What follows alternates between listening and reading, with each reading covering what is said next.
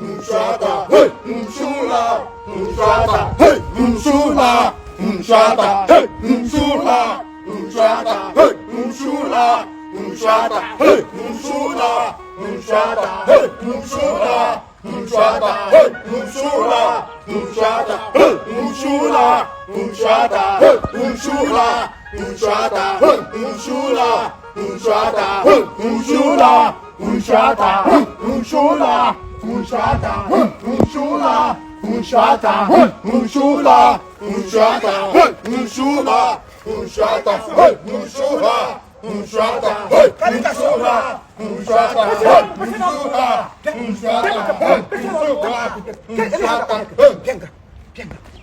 wala ko wawo any haga ko hen kin ngono kan chine ko bro ko ndo mo for ego. Are you onto madness? Is there anything wrong with your head? Can't you see? Ele ke gbe bia nga na me berial. Kuta see everything. Chusa see anya wula. O ko chuku bo bra ni mi na na ala. Di brozu nwatakiri nwokoro be esi China bulalu. Brozu ga to zata. Ele he brozu e mi jo se me ni hudu moto buru hudu he oto buru. Ya wo ozu nwoke ke makwa anya. Ele he wonso Senior brother, mari feketa, wopo onu n'ozu a. Mwepo onu n'ozu m tinye onu n'ozu onye. Mwepo onu n'ozu m tinye onu n'ozu onye. Ele no de made wa wuti ke na no de nwa na nwuri heke. Ele no de made wo. Mwepo onu ashire move mouth from the cup. Mtige ani mandego. Wopo onu n'ozu a. Na enwe ife njisi gị wopo onu n'ozu a. Gịnị mere? Chọrọ ime ifo nkọwara gị akịta. Gịnị mere iji ka brozu nwa okoro bi ibego. Brozu nwa okoro ibege mana nwa mgbanta gị kpọtọrọ dịka ozu. Onye ọzọ chọta brozu ko bia nwa ga akpa m. Na eme onye ị na-ene n'anya kịta. Onye na-asị mba pozu ya. Onye aji m ụgwọ na chinko a. Akụ niile mkpara na chinko a mmeji wee bata obodo a. Onye ịfụ kịta ji m ezigbote ụgwọ a. Ana m enye ya ego a ka o ji na-eme biznes ya. Maka na ọ biznes ọ kpara mụ na ya bụ ọkpara nkata ya. Na ị na-ege ntị a. Ana m ege. Mgbe were ego na-enye onye a. Na eme ego ndị a nna-anara gị mgbe m nọ n'obodo oyibo a. Ego ndị nna sị gị sendara m mgbe m nọ chinko a. Nwoke kọba ihe iji brozu gị na-agụ funara oreshọn ọwụgo nwụrụ. Kọọla m ihe ijiri brozu nwa okoro bi ibego. Onye a ka m na-enye ego niile a. Ọ sị m na o ji eme invest ya n'obodo chinko a na ọ bụ na o mesịa ife niile ọ na-eme a ego pụta ọ setụlụ ọmụ a nye m ego a na-efu okịta na edipọtụ gom a mbata Naijiria bata n'obodo a na ọkwa na-ege ntị a mgbe na-akpọzi onye na fon ọ na-epikizi kọlụ ma maka ego niile o ji ma n'ime ego Adanne nyere m mgba na-abụ Adanne ịmara Adanne a gbadala m ihe mere ndị iji buru ozu nwa okorobịa ibego ndị ekwe ego. What is wrong with you to carry to body your fellow young boy? Onye ịfụ kịta wee jisia m ụgwọ niile o ji m wee nwụọ a na-achị ini ya. Onye ji m ụgwọ a masta duka onye ji masta duka ụgwọ a nwụrụ a na-achị itinye ya na na ebe ọ na-akwụbeghị m ụgwọ a ị ga-ege ntị a ụdị famị na chinko a akpọrọ kampụ ndị chinko niile a ị na-ege ntị a aga kọnfu kampụ a ga kpọchịrị skwọd a makwa na aga taichi kampụ chịrị skwọd a kụsasị ebe niile a ya ka m ji kpọrọ ndị otu duka ga ebe a were aka were kụsa ife niile a buru ozu a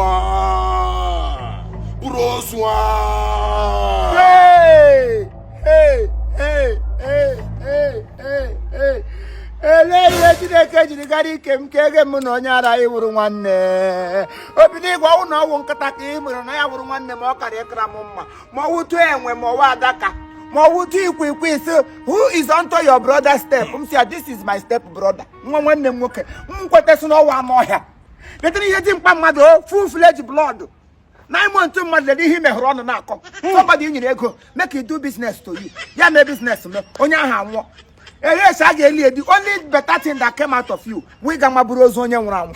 Are you not in shame unto yourself? Nigga, got ya. My jog.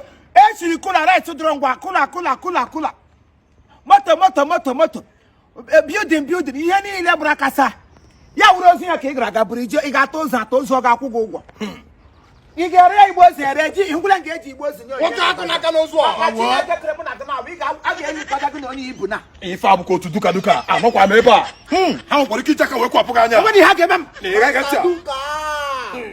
Nyai permission ka igbo ya. Ị ga-egbu nna gị. Butuo m n'ọkụ. Ekwelu ga nke onye anyị mege mama ko na akda like. Ị ga-ege ntị senior brother, gee ntị ọfụma. Mgbe ọbụla efu ndị otu duka na-agụ ụdị egwu a ma na ihe emeela ezigbote nsogbu dị a na anụmayọ gị biko a efu ndị duka anyị nwụgo one mind a na ege ntị a anyị ncha gbara ndụ a N'ibu ozu maka Chineke nna a sịkwara na ka akụsasị ebe a kịta akụsasị ebe a ife ji gbachi gị nkịtị kịta bụ na mụ na gị na-aza sọ na-emu a mgbada ihe mere nụ ugbu a ihe mere ma surname ma Sunday name ma mma eji akwọ sọ ya na-eji akwọ bi osisi name anyị asọchana ihe ọwụla gbajikọrọ mụ na gị na-abụwo sakramenti o beela because agaghị m egweta chief Imo worldwide esiri esi na ụdị otu onye siri ya ọha obodo native of different communities they come together ma bụrụ chief bomie n'isi kamgbe ahụ ọ chief ahụ pịala lom because all the excellence of chief eleta anya onwere ya mụ na ya ga-awụ nwanne ya wụrụgo any sacrament jikọta mụ na gị na o mere gịnị o beela ebe ịsọ wozu ka ị pụtara weta unu ga-atọ ozu ife na-atọ m ọchị kịta bụ na ị mara ụdị nwanne ị nwere ebe a ị mara ụdị nwanne ị nwere ebe a nwanne gị na-ene n'anya ọ bụrụ na chinko a na gwanzu a na-aga etu a otu ndị otu duka m nwere ebe a maka Chineke nna ndị chi nke a na-apụrụ m n'ụzọ a na-etu masta duka ife ije nwe mmụọ na-agwa m okwu otu ọbụla o si na-agụ gị a maka na abụghị your brother n'ịmakwa ihe ndị nna ji na-akparị gị ugwu n'obodo a ihe eji agbachi gị nkịtị a enwe onye na-emetụ gị aka na arụ a bụ na ịbụ nwanne masta duka bụ na ịbụ nwanne m ọ bụrụ na ọ bụrụ ya na-anya arụ a echi ọnụ gị ebe a Chineke nna akpọ gị ọkụ Master duka ebe ka pụọ n'ebe a ịwọchi ị ga-ahụ na enwe otu ụwa dị a na-ese gịnị kịta enwe otu ụwa dị a mee ka anyị pụọ ebe a na-akwa ifo anyị buru ozu a kịta anyị eburu ya gawa na destination anyị anyị bu ya aga duka kampụ a nakwa ị na-ege ntị a senior brother bịa lawa emesịa ka anyị fụ n'ụlọ a senior brother bịa lawa emesịa ka anyị fụ n'ụlọ a enwere onye nwere ike ịkwụsị maka ife mme kịta ifu na igwe obodo a enwere ife ọ ga-eme a ka anyị pụọ n'ebe a dị na olu a Sanchula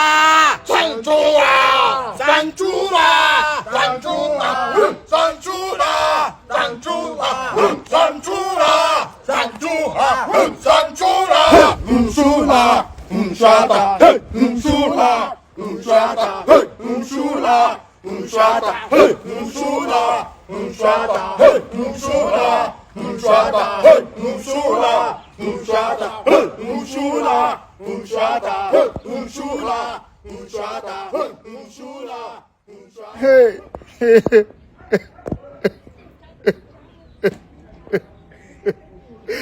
Ebele makuwa.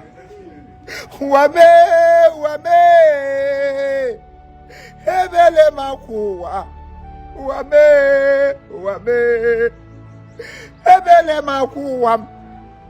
Wabele hijiri kwanwuru. Ebele makuwa. Wame. Wamutara karonye we. Obinigwe luja hụ dị ihe. Ilecha nwa okorobịa ọmarị ka m nọ ndị n'obodo na a na-asọpụrụ m ebe niile m tikiri isi. Ilecha onye iji eme m subordinate. Ya ruo obosi. Okorobịa na-esi izu ozu. Okorobịa ga-awa ọkpa akwụkwọ otu epụta. Aka na-awụ. Nwanne m nwoke gawara. Naanị ihe ọhụrụ ọ ga-eme n'ụwa n'ọnwa iburu ozu. Onye ọla na-apụta ụwa ya pụtacha ụwa apụta. Because ogologo akwụkwọ na nwa m etole. That you are a big boy, you are a big man. To have sense is another thing. You can grow, you can have cars, you can have beautiful things, but if you have no sense, give